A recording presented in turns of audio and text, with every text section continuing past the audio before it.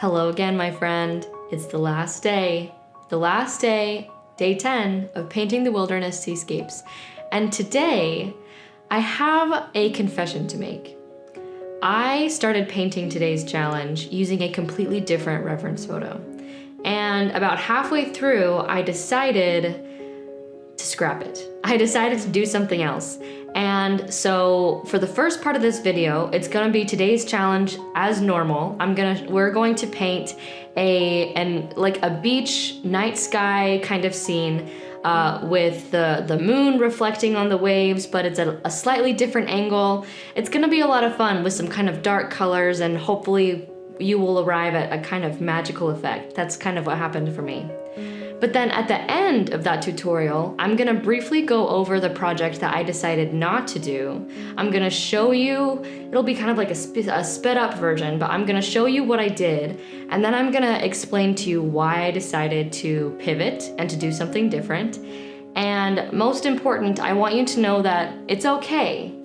It's okay to continue painting something that's messy and frustrating and uncomfortable and to finish it anyway. And it's okay to start a painting and then to take a break from it. It is. Basically, everything is okay because this creative practice, it's for you, right? Okay, so first things first, we're going to do day 10 of our challenge, and it'll be such a fun end. And then we're going to take just a few minutes to look at the project that I decided not to do, and I hope that you find that useful too.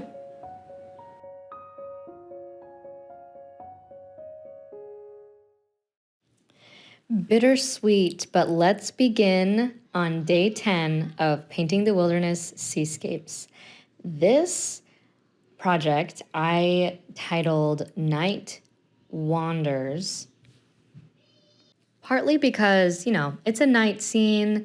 It, reminds me of possibly wandering around on the beach at night, just feeling the larger than life magic of light dancing on water, and maybe you're catching the sky right as the sun is setting, so you can't see much of the sunlight in the water, but you can see it in the sky and see the stars. Maybe this scene doesn't always exist in real life. Maybe it's a little bit edited, but that's okay. I named it, so that's one of the reasons why this project is named Night Wanders. But the other reason is because as I was painting it, I wandered around a lot. I started down one path, one idea, and then, kind of stumbled on another one, and then another one, and then another one.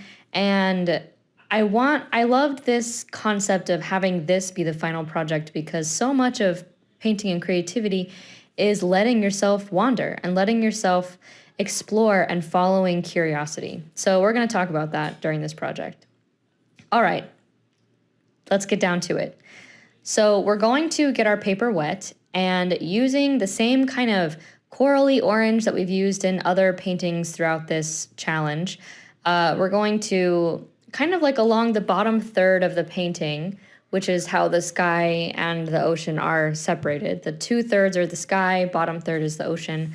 We're just gonna paint a line of this kind of corally orange via the wet on wet technique and have that orange blend slightly up and blend slightly down. So it's fairly vibrant along that first line where you paint it, but then just kind of feathers up and down without any kind of dried paint lines there. This is not the only time we're going to paint orange, that kind of like bright orange on top of this. So keep that in mind. You don't have to like lather it on because we're going to dry it right now. And after it's dry, it's going to be a little more muted. And sometimes just one layer with that really muted, coloring is what we want. This time we want it to be a little more vibrant, but there will be more opportunities to build up to that vibrance as we continue on. So we let that orange layer dry, and now we're gonna start painting. We're gonna start building layers of color in the sky above the orange. So the first thing I'm doing is taking Prussian blue, and then I added a tiny bit of Quin Rose to it to make it, a little bit warmer, a little bit more of a, just make it a little bit warmer of a blue. And I'm just kind of blending it down. but I don't want to get blended too much into the orange, A, because I don't want to cover up the orange, and B, because orange and blue are complementary colors, and so I don't want the orange to, I don't want to make a muddy brown. So as we're kind of painting, it's almost like a galaxy effect in the sky. That's definitely something to keep in mind. You want to try to keep various colors separate. And one way that you can do that, especially with the wet on wet technique, is to use water as a buffer, right? So I'm adding a little bit more of that orange color just along the bottom, but I'm not adding it necessarily directly into the blue. Sometimes I might do that, but it's never, I'm not going to just be super heavy handed blending the two. I'm using clean water, which is what I'm doing right now, clean water on my brush to kind of blend the area between the two colors. And that makes it so I can get a smooth mix. I can get like a smooth gradient without necessarily having to create that brown layer in between. So I just kind of smoothed out that gradient, and now I'm adding a little bit more Quin Rose, a little bit more Prussian blue, and maybe I'm going to add a little bit more Quin Rose in order to get it to be more like a violet color. That one is a little bit, it's not quite violet yet, but that's okay. Like I said earlier, a lot of this project is about wandering. A lot of this project is about exploring different colors and exploring different color combinations. Here comes the more violet, adding it into the blue. Since I'm painting on the palette, that violet color looks pretty neutral or even like closer to red violet, but since I'm adding it directly to the page, which has lots of blue on it, it's still kind of that blue violet. So as I was going, I was thinking, how can I continue to create this gradient without necessarily having to be careful of the orange? And so I thought, maybe I'll add some Quin Rose to that orange mix and then create kind of like a buffer layer of pink. And because, blue and pink blend pretty well, orange and pink blend pretty well, that's another option that you can do when trying to create a gradient between two colors, is to have kind of a middle color that works between the two of them. So after I added that color, then I took some clean water and just kind of blended the clean water in to make more like a textured, not a flat, not a flat surface. So I wanted to reveal some of the white space underneath and to just kind of leave this layer a little bit more textured so that we can have some more options for layering as we continue going on. So then I let that layer dry. This guy is going to have several layers. My version is anyway. I let that layer dry, and then I created a little bit more of a red violet almost, so with Quin Rose and Prussian blue, and I painted some of that in the sky, and then I added some Opera Rose to some Lemon Yellow Deep, this time keeping more Opera Rose so that the mixture is more of a pink color as opposed to that kind of orange color we had created before. And I'm just kind of having fun with my paintbrush dancing across the page. Now notice that along the bottom of that pink area, you see defined lines. That's because the page has dried, right? The page has dried right just beneath where I've painted, and so I need to keep that in mind. Because I'm using 100% cotton watercolor paper in this etcher journal, I know that the paint is going to stay wet for slightly longer than it would if I was using, student grade paper. So I could take a little bit of time to mix, but if I had waited too long, those lines would have dried and then they would kind of stick out over all my layers. So that's something that's important to keep in mind, especially if you're working with, wet on wet layers and wet on wet blends, is if you ever see any defined lines, you need to kind of hurry and smooth them out or add more paint. Otherwise, you might get some dried paint lines you don't want. So as I was talking about dried paint lines, I added a little bit more orange, and then I added more Lemon Yellow Deep to the mix to make it more of like this gold, like bright gold color, just at the bottom, in that bottom kind of center area, because I think I want that to be kind of a bright spot. I think I want, there to be kind of a bright spot along the bottom. But honestly, like I said, I didn't have a big rhyme or reason. I was mostly just having fun. Blending colors. I think blending colors is a lot of fun, and that's a big part of the reason why when I first started painting, I made loads of galaxies, so many galaxies, because it was just fun. So that's what I was doing for this project, just kind of letting loose and having fun. And I really encourage you to do the same, not to make it look like mine necessarily, but to let loose and have fun as you're mixing your colors together. We let that layer dry, the layer with all the colors, and then re-wet with clean water. And now I'm adding Payne's Gray directly on top, particularly so it's very dark in that that upper left-hand corner. And I'm not adding it, obviously I'm not going to cover everything up completely. I'm adding it at the top because that's where I want it to be the darkest. And then I also, I kind of did it in a choppy brushstroke style so that there are still some light spaces in between. And I'm adding a little bit more violet and maybe a little bit more water. And then I let that dry all the way. And now I'm painting with Payne's Gray while the paper is dry. You do not have to do this, but I do this in order to create really dark and vibrant night skies. When you add water to use the wet on wet technique, it always dilutes the color a little bit, right? And so one trick that I've used, especially if I want to create a really dark night sky, is for the last layer, I will add the paint directly onto the paper while it's dry, and then I'll come back in with wet paint and start blending it in before it has a chance to make dried paint lines. So that's exactly what I did here, and that's why I did it, because I didn't really want that area to get diluted with more water. And so I added a little bit of Payne's Gray in some random areas throughout. Then I added a little bit more Prussian blue to that mix that I had on my palette, just to make the sky a little bit more blue and less, dark gray, and to add in a little bit more color. Having the contrast between the orange and the blue is helpful. Orange and blue are complementary colors, which means that when they are mixed together, they make mud. But when they are next to each other, depending on the composition, they can really kind of brighten up and make a piece bold. So I made sure to leave little swirls of the light space underneath behind. And if ever there were any mixes where I got some spider-like tendrils, or, the blend wasn't very smooth, I would go back in with clean water on my brush and just kind of smooth it out. Now, this is optional. I mean, everything is optional, right? But if you're gonna follow me and you don't have white gouache, you do not have to do this. And I'm gonna talk a little bit about, what I maybe would have done how I might have changed this painting before.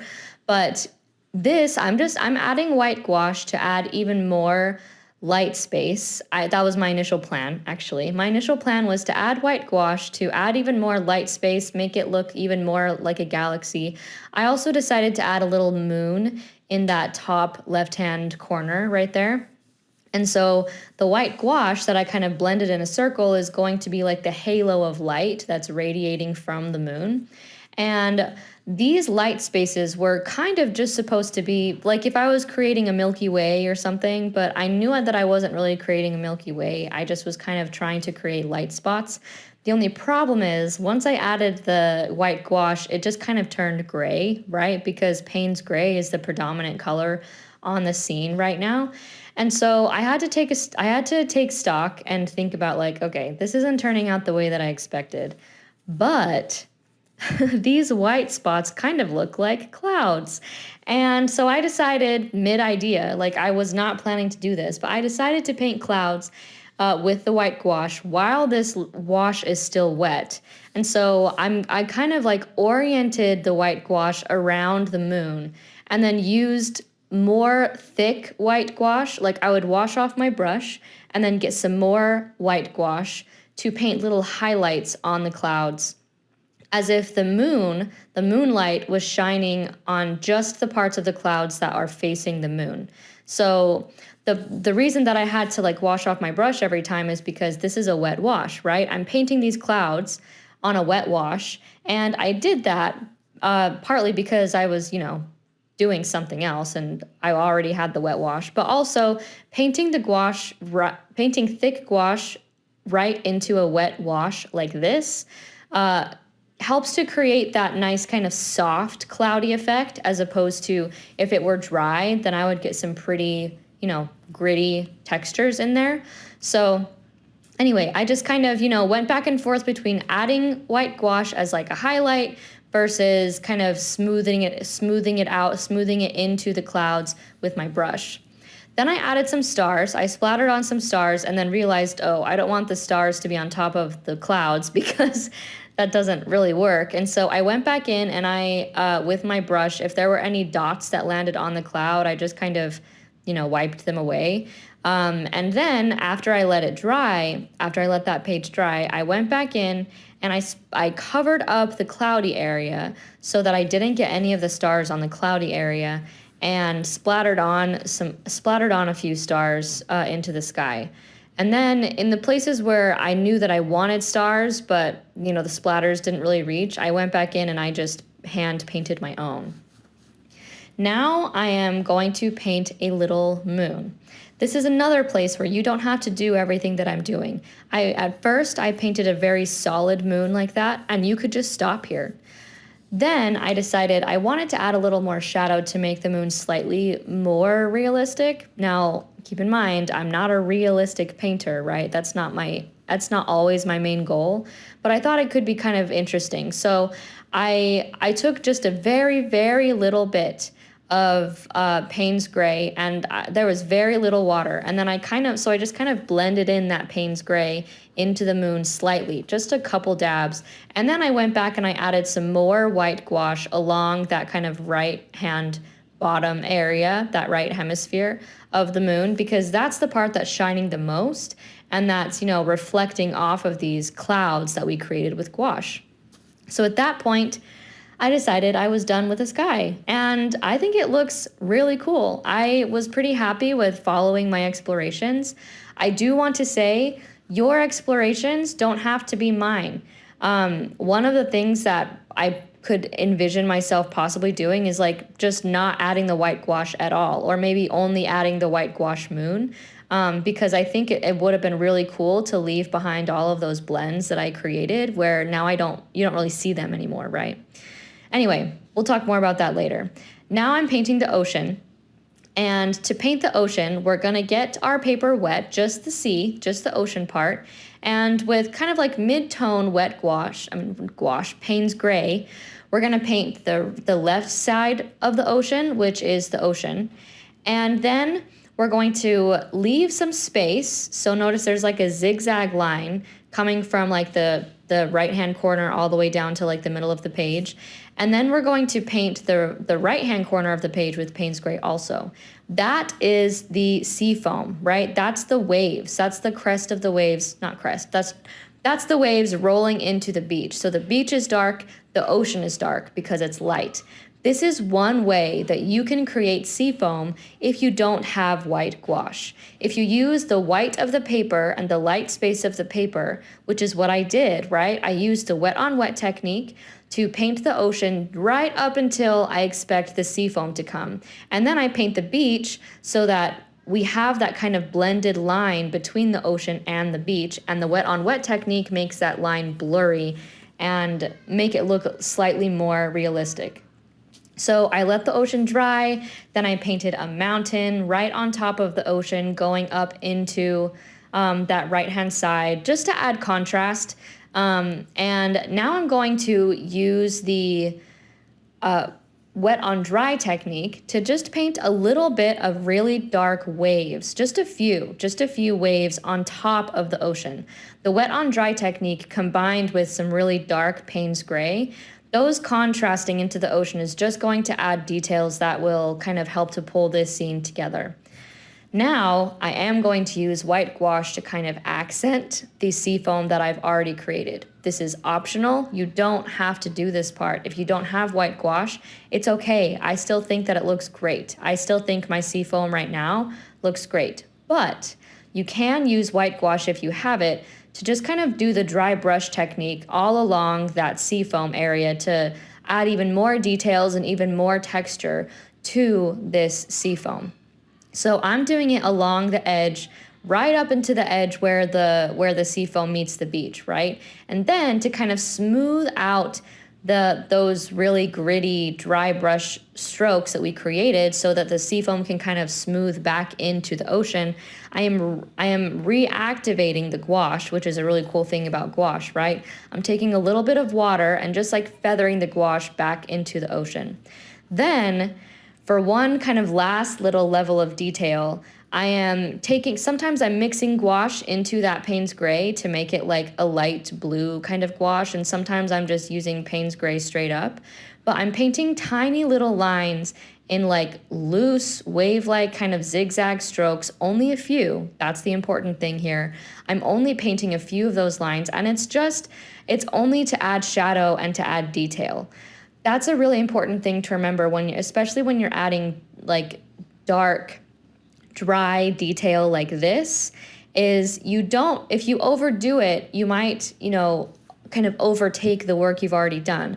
I'm not trying to add tons of detail. I'm trying to add a tiny little bit of detail just to accentuate the fact that there are complexities here, right? It's not just the white of the paper and then the dark of the ocean. Now, finally, this is the last thing. We're going to add a line of light glimmering on the ocean surface from the moon. So this is with white gouache. If you don't have white gouache, you could use like a gel pen or something. Or honestly, it doesn't really need it, I don't think. But basically, we're just creating little zigzags, little choppy, loose zigzags with white gouache right on top of the ocean. And it's very small, closest to the moon, right, where it's like far away from where we are. And then the lines kind of gradually get larger the closer to the waves that we get. So I did lines first, and then I went back in and I painted some dots, just kind of like loose, random dots with the white gouache. And then finally, I'm using the dry brush technique with a little bit of more gouache to kind of create some loose sparkles, very similar to day one. So this last thing is kind of an homage to day one, where we created those sparkles on the ocean surface. And I'm finished. I super loved this project, not necessarily because the end result's my favorite. I actually think it's a little busy. I think that I probably didn't need the sparkles. Like, either I would take away the sparkles, or I would take away the clouds, or I would take away the moon.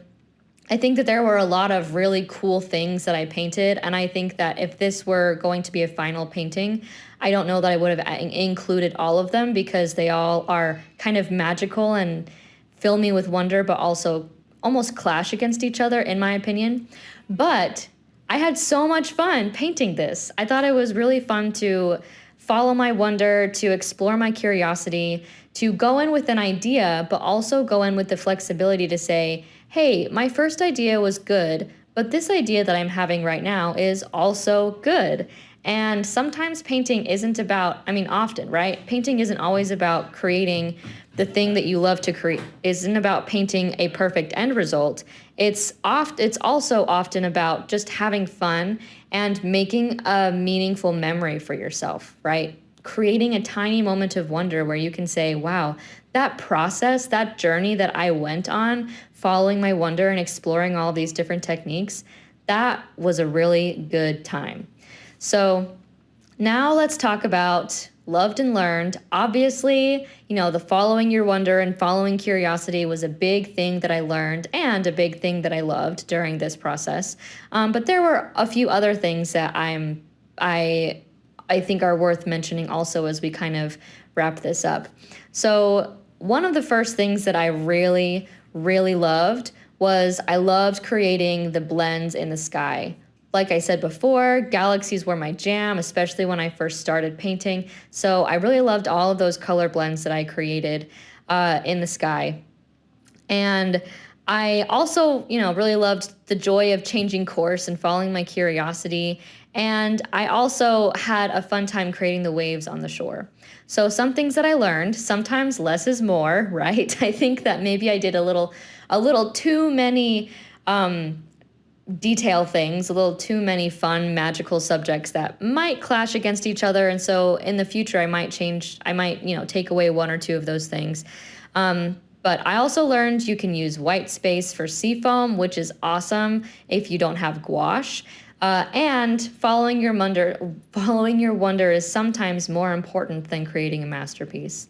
So thank you so much for painting this one with me. Stay tuned for a peek at the painting that I almost did for day 10. All right, so on the right is the reference photo that I was using for this project that I ended up not finishing. Full disclosure, I might go back and finish it for my own personal use, but we're gonna talk this through. So I chose this photo kind of on a whim, but mostly because it reminded me of day one, only zoomed out, right? So like day one maybe was just the middle portion of the picture, and then so this felt like a chance to kind of revisit day one and come full circle. I knew I wanted to do a night sky kind of picture, and this one has, the blue of the sky coming in. So I started building the layers, and from the previous videos that we always build from light to dark, right?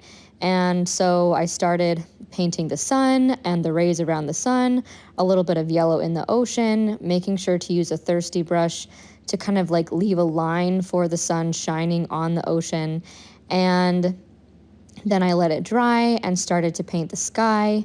And the sky started to come together really well. I was pretty excited about the gradient. At this point, I was like, this is very similar to day one, which I kind of already knew, right? Like I knew that this was going to be a really similar project to day one. And I was kind of thinking, well, I really, really don't want it to be the exact same. And so let's just see how we can, kind of make this a little bit different. The sky currently is looking mostly the same, but one way that we can make it different is by adding some clouds. And so, clouds are in this picture, obviously. So I decided to do the lifting method and then add the gray on top because, this is a night sky, so the clouds aren't going to be white. They're going to be some kind of shadowy, different color. And the way that the clouds are now in the picture are like a purpley gray kind of color with orange underneath. Now, at this point, I really, really loved the sky. I loved the juxtaposition between like the dark of the blue with the really light of the sun. I thought it looked great. And then I started adding shadow, and it just was not going very well. It just, and I'm showing you this, right? I'm showing you this because you need to know I have painted many clouds. I have painted thousands of skies, and sometimes ideas still don't turn out the way that I hope. Now, I kind of do feel like I salvaged the clouds. They weren't exactly what I was hoping. I think maybe I should have made the gray a little more purple, maybe like a little more purple ochre as opposed to the kind of greenish blue that it is. I was just kind of working with what's on my palette. I did end up using a thirsty brush to kind of make a little silver outline of the clouds, which I think worked really well. And I loved the peak of the stars. So, for reference, you just need to know, I actually liked this project when I was painting it. There were lots of times where I thought, oh, I'm messing it up. This is terrible. I'm messing it up. But there were other times where I thought, no, this is pretty good. So then I started painting the ocean, and right away, I knew that I put the ocean a little bit too in a place where I didn't actually want it. And then I accidentally made a mark with my paint so that there's like this blue stroke right on the sky. And at this point, I was just really frustrated. So I knew I only had a few more layers of the ocean left, and I thought maybe I will keep this project and talk about it in the same way that I did the day 4 project. But then it was time to go to bed. I decided to give it some space, and I would finish the next layers the next day. And when I woke up, I realized I wasn't feeling it. I just wasn't feeling it anymore. I'd given myself space, and when I came back to painting, I wasn't excited to get back into it. Now, sometimes when I'm not excited to get back into it, I just do it, right? I just kind of say, okay, 5 minutes and then I'll end. But other times, it's okay to not feel it. It's okay to say, nah, not this time. I'm going to do something different this time because creativity is about me. Creativity is for me. It's for me to find moments of joy. And if this isn't bringing me joy anymore, I don't have to do it. So that's my story. And you also have permission to not do a painting if that's what you want. The point is that you get to decide, right? And so, how do you know when you should keep going versus when you should stop? For me, it all comes down to just what is going to bring me the most joy in that moment. Am I in a place where I want to stretch myself? Am I in a place where I'm curious? Is there still curiosity there? Or am I only staying because I feel like I should? Because I feel like I have to? And it's important to know there's no right or wrong. There's no right or wrong. It would have been okay if I had decided to keep going. And it was okay that I decided to stop. And maybe I'll come back to it. Maybe I won't. Either way, it's okay. It's all okay. And I get to choose, right? That's my choice. And it's brave no matter which choice I choose. So, take that or leave it. But I hope it's helpful for you to know create or take a break. Both are valid and necessary. And that's a wrap. That's it. Thank you so much for joining me for this challenge, my friend. I have had just the best time painting with you and chatting with you and seeing all of your projects. It really, really means a lot to me. So if you decide you want to keep sharing, if you decide you want me to see what you've been painting, feel free to tag me on Instagram. My handle is thiswritingdesk, and you can also use the hashtag paintingthewilderness and the hashtag Wilderness Watercolor Club. There are so many others just like you on this journey, and I think that you'll find a lot of inspiration as you peruse each other's projects. And, never hesitate to email me or message me. I would love to take a look at what you've been painting. And I hope that I'm always wishing you the best, and I am always rooting for you and your creative practice. So it's just so great to be connected through creativity, and I can't wait to keep painting with you soon.